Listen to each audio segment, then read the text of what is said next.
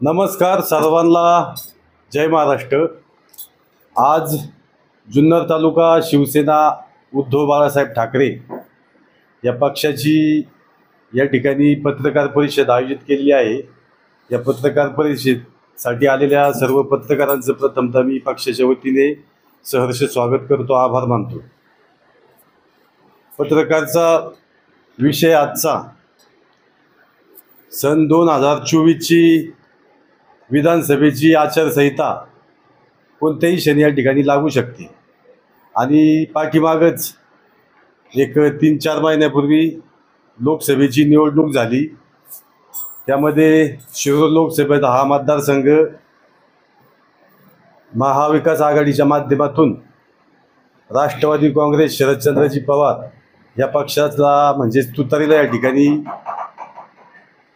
सोडण्यात आला होता आणि सर्वांनी या ठिकाणी पाहिलं त्या इलेक्शनमध्ये आपले जे 6 तालुके होते त्या 6 तालुक्यांमधून जुन्नर तालुक्यामधून या ठिकाणी विक्रमी मतांनी आपले विद्यमान खासदार अमोलजी कोल्हे साहेब निवडून आले। त्यामध्ये शिवसैनिकांचा सिंहाचा वाटा होता। त्याचप्रमाणे 2 नंबरला खेड तालुका होता। तर मला बाकीच्या तालुक्यांत बोलायचं नाही, आपला जो जुन्नर तालुका आहे ह्या जुन्नर तालुक्यामध्ये पहिल्यापासून शिवसेना हा पक्ष तळागाळात गेलेला आहे, घराघरात गेलेला आहे। मग पंचायत समिती असेल, त्याचप्रमाणे जिल्हा परिषद असतील, अशा बऱ्याचशा संस्थांवर या ठिकाणी पक्षाचं वर्चस्व राहिलेलं आहे। ग्रामपंचायती पण राहिलेलं आहे, मार्केट कमिटी सुद्धा आपले संचालक आहे, कारखान्यावर पण संचालक होते, आता आहेत। त्याचप्रमाणे आता जी निवडणूक येत आहे 2024ची विधानसभेची, आम्ही ज्या निष्ठेने लोकसभेला काम केलं होतं आम्हाला त्यावेळेस पूर्ण खात्री होती की येणारी जी विधानसभा आहे ती आपल्या मशाल या चिन्हाला महाविकास आघाडीच्या माध्यमातून मिळणार आणि जुन्नरचा 2004 नंतरचा जो आता 2024 म्हणजे 20 वर्षांनी हा शिवसेनेचा आमदार या ठिकाणी हक्काचा होणार। पण परंतु आता तालुक्यामध्ये असं वातावरण चालू आहे का कोण काय बोलते त्याच्यामुळे आमचा शिवसैनिक हा सैरभैर झालेला आहे। आमच्यापाशी येऊन नाही त्या गोष्टी बोलते, पण आम्हाला पण नक्की काय कळाली।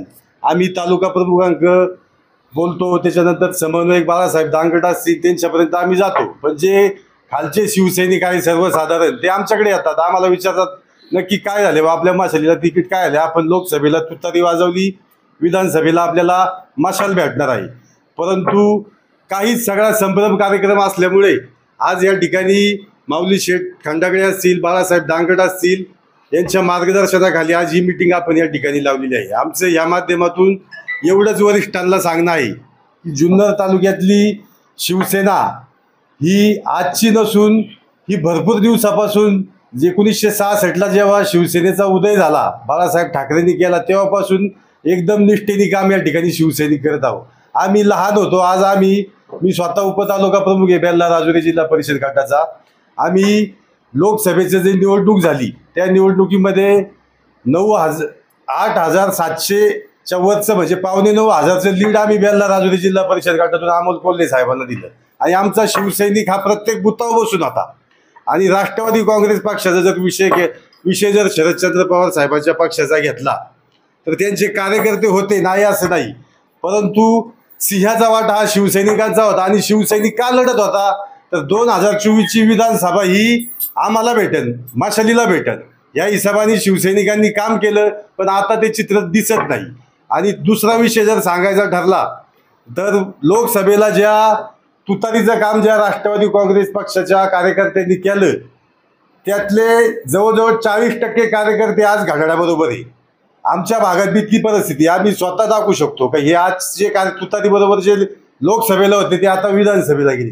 म्हणजे तुम्हाला जर जुन्नरचा आमदार हा महाविकास आघाडीचा निवडून आणायचा असेल तर या ठिकाणी मशालीलाच तिकीट द्यायला लागेल, नाहीतर तुतारीवर जर तुम्ही हे तिकीट गेलं तर काय होईल हे आम्ही पण सांगू शकत नाही। पण 100% जर मशालीला तिकीट भेटलं तर महाविकास आघाडीचा आमदार या ठिकाणी आम्ही शरदचंद्र पवार साहेब, उद्धव साहेब व काँग्रेस पक्ष यांना जे महाराष्ट्रामध्ये सरकार स्थापन करायचे त्याच्यासाठी जुन्नरचा शिलेदार हा मशालीचा 100% आम्ही रात्रंदिवस काम करून निवडून आणू, एवढंच या माध्यमातून आम्हाला तुम्हाला सांगून वरिष्ठांना कळवायचं होतं। एवढंच बोलतो मी, धन्यवाद। उद्धव ठाकरेंनी ही जागा जाहीर केलेली आहे का? अजून जागा जाहीर झालेली नाही. जागा दिली नाही तर तुम्ही मशालीच्या विरोधात करता असं नाही, असं नाही बोल, अजून काहीच सांगू शकत नाही. आम्ही मशालीला तिकीट मागतोय. आम्हाला थोडं सर्व जुन्नर तालुक्यातला जो शिवसैनिक आहे त्याला कन्फर्म आता मशाल तिकीट तुम्हाला भेटणार म्हणजे डिक्लेअर होणार असं कन्फर्म वाटत नाही. त्यामुळं जो सैनिक आहे तो शहीद बहीर झाला आणि तो आमच्याकडे येतोय, आम्हाला विचारतोय, आम्हाला सांगतोय की आम्ही ज्याप्रमाणे लोकसभेला ज्या तळमळीने तुतारीचं काम करून तुतारीचं बटन दाबलं तीच कंडिशन सेम आज तालुक्यामध्ये आहे. जुन्नर तालुक्यातला शिवसैनिक व मतदार हा मशालीचं बटन दाबण्यासाठी उत्सुक आहे आणि मशालीचाच आमदार निवडून येईल. त्यासाठी आम्हाला नाही दिलं मशालीला तिकीट तर तुम्ही काय करणार? मशालीला जर तिकीट नाही दिलं तर त्यावेळेस सगळ्या कार्यकर्त्यांचा जो विचार होईल, पण शक्यतो मशालीला तिकीट भेटायलाच पाहिजे. तुम्हाला शरद पवार यांचा दौरा झाला. शरद पवार यांनी डायरेक्ट जाहीर केलं की ही जागा नाही तर महाविकास आघाडीला आमच्या पक्षाला सोडण्यात आली आहे. ते जुन्नर तालुका आल्यानंतर जाहीर केले. जाहीर नाही केलं अजून. नारेगाव या ठिकाणून केवळ जनसंवाद यात्रा चालू आहे महाविकास आघाडीची. तेव्हा मावळशेठ होते व इतरही महाविकास आघाडीचे एकत्र जे नेते होते त्यावेळेला मावळशेठ स्वतः म्हटले होते जो काही पक्ष श्रेष्ठींचा आदेश येईल त्यानुसार जो उमेदवार जाहीर होईल त्याला आम्ही सगळेजण एकत्र येऊन त्याला साथ देणार. मग जर त्या अशा परिस्थितीत जर तुम्ही दुसरी बाजू घेताय तर मी कितपत येईल? साहेब, आमचं असं म्हणणं आहे, शिरूर लोकसभेचे सध्याचे विद्यमान खासदार हे जुन्नर तालुक्याचे आहेत, नारंगावचे, आणि ते तुतारी पक्षाचे आहेत. त्यांचं चिन्ह तुतारी निवडून आलेत, शरदचंद्र गटाचे ते आहेत. तर जुन्नर तालुक्यामध्ये जो आमदार व्हावा तुम्ही समतोल ठेवला पाहिजे ना. जो आमदार व्हावा हा मशालीचा व्हावा ही आमच्यासारख्या शिवसैनिकांची आणि सगळ्यांची अशी भावना आहे. त्यामुळे आमची मागणी म्हणाले होते जो कोणी आमदार दिला जाईल महाविकास आघाडीचा त्यावेळेस पण आम्हाला सिग्नल दिले होते ना बाबा, खासदारकीला आम्ही आमदारकीला तुम्ही. त्या हिशोबाने आम्ही कामं केलेली आहेत. तेवढी ताकद पण आमची आहे. आमचं 65 ते 70 हजार मतदान आहे. आम्ही सर्व मतदान तुतारीला गेलं खासदारकीला. कोणत्याही प्रकारे मी थोडासा हे करतो, कुठेही अशा प्रकारचं हे नव्हतं की जो आमदार दिला जाईल. उलट ज्या वेळेला खासदार आमचा सत्कार घ्यायला आले, शिवसेनेचा सत्कार घ्यायला आमच्या कार्यकर्त्यांच्या मेळाव्यामध्ये खासदार आले, त्यावेळेला स्पष्टपणाने खासदारांचं हे वाक्य आहे, ऑन रेकॉर्ड येते की शिवसेनेला मानाचं पान दिलं जाईल. अशी खासदारांची स्वतःची त्यावेळची बाईट आहे. किंबहुना त्यांनी आम्हाला आश्वासन दिलेलं आहे मानाचं पान दिलं जाईल. त्यामुळं कार्यकर्त्यांच्या भावना या तीव्र आहेत की कोणत्याही परिस्थितीमध्ये इथं शिवसेनेला अर्थात मशालीला तिकीट मिळालं पाहिजे आणि ते अवाजवी असं आम्हाला वाटत नाही. जागा वाटप मध्ये ही जागा जर हा जर तरचा प्रश्न आहे. आम्हाला खात्री आहे नाही जावं म्हणून तर आम्ही आता ही पत्रकार परिषद घेतो. आमच्या भावना कळावं म्हणून तुमच्या मार्फत आम्ही सांगतोय. आता हेच पक्षाचे वरिष्ठ आता आमचे संपर्क प्रमुख असतील. नाही प्रश्न राष्ट्रवादी काँग्रेस थांबा दोन. प्रश्न असा आहे, अहो आता आमची महाविकास आघाडी, आम्ही एक पक्ष ही निवडणूक लढवत नाही. ज्याप्रमाणे लोकसभेला महाविकास आघाडीने निवडणूक केली त्याचप्रमाणे विधानसभेला सुद्धा महाविकास आघाडी आम्ही तिन्ही पक्ष एकत्र येऊन उमेदवार देऊन तो निवडून आणणार आहे. त्यामुळे आमची जी मागणी आहे ती मशालीसाठी.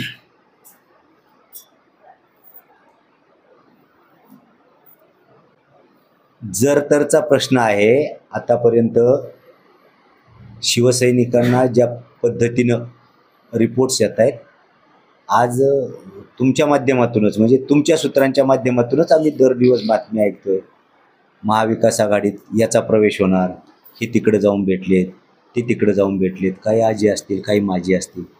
या सगळ्यांमधून शिवसैनिकांमध्ये रोष आहे की आपण काम करून ज्यांच्यामुळं पक्षाला खूप यातना सोसाव्या लागल्यात, मग तो राष्ट्रवादी असेल किंवा शिवसेना असेल, तीच लोक जर परत येऊन इथं उमेदवार असतील तर मग ते कदापि शिवसैनिकांना मान्य होणार नाही. तीच भूमिका खरं तर शिवसैनिकांची आहे की आम्हाला कोणत्याही प्रकारे बाहेरचा उमेदवार चालणार नाही. हेच त्याच्यातलं महत्त्वाचं. बाहेरचा म्हणजे कसा? आयात उमेदवार.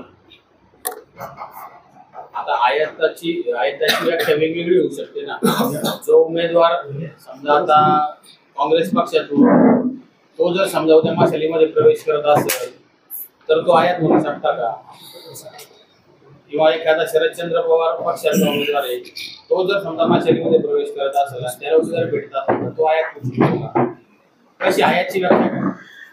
आयातची व्याख्या आमच्या दृष्टीनं, शिवसेनेच्या दृष्टीनं अशी आहे.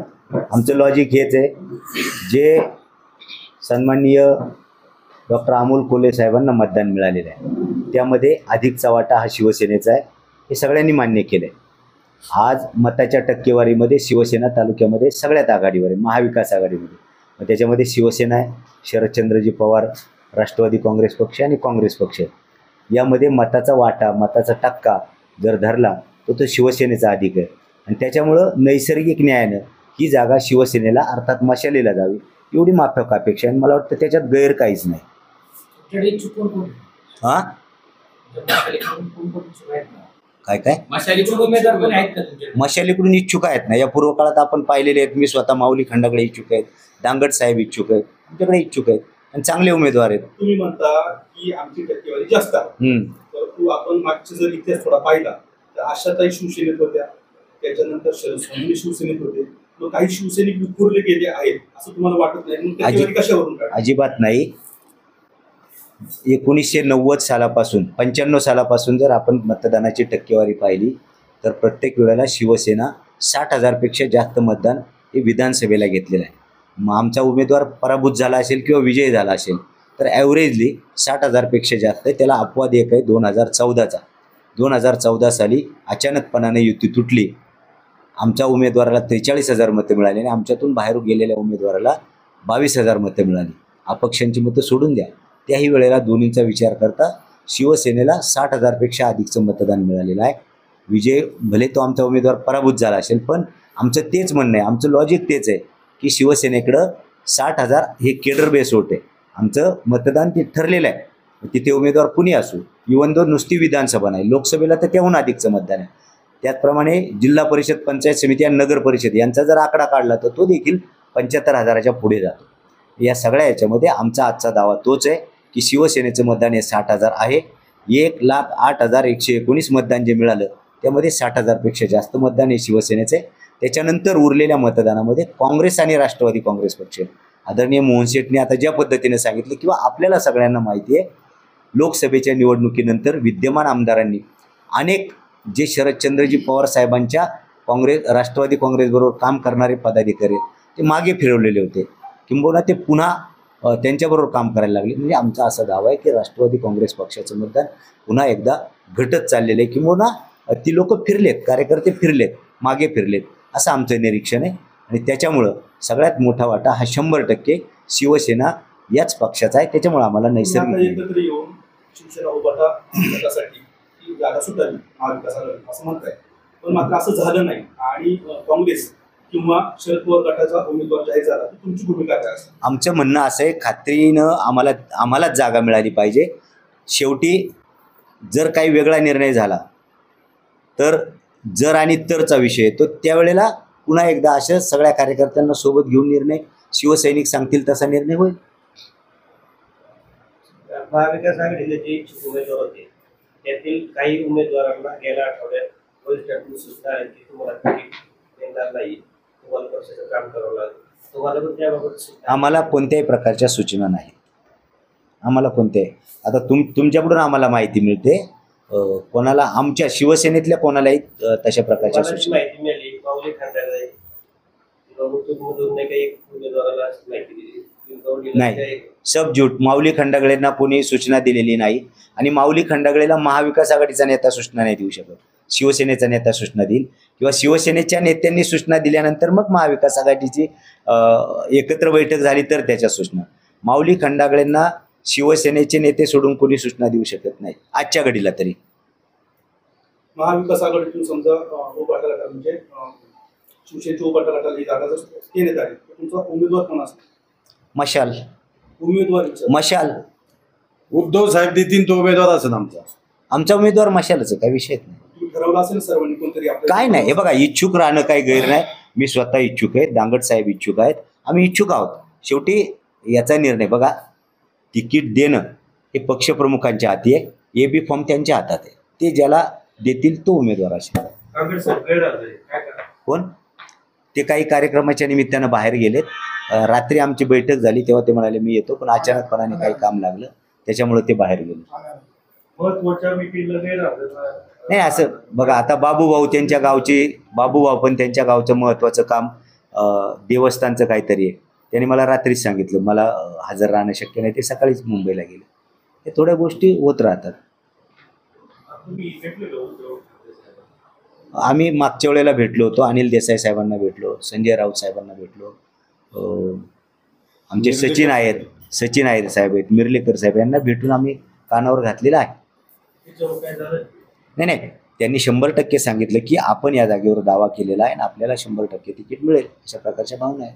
हे आता उद्विग्न होऊन हे उद्विग्न नाही. आपल्याकडून देखील म्हणजे खूप पत्रकारांकडून आणि आमच्या कार्यकर्त्यांनाही थोडं माहीत व्हावं, आपल्याशी डायलॉग व्हावा, जनतेलाही कळावं, त्याच्यामुळे या भावना व्यक्त करणं आहे. काही लोक रोज पत्रकार परिषदा घेतात, त्यामुळे आमची एखादी तरी पत्रकार परिषद व्हावी. उबाटा गट म्हणू नका, शिवसेना उद्धव बाळासाहेब गट नाही, गट शिंदे गट आहे. 100% चुकीचं आहे. तुम्हाला कोणी सांगितलंय? म्हणूनच आता हा गैरसमज तुमचा काढण्यासाठीच तुम्ही थांबा, मोहन शेठ तुम्ही थांबा.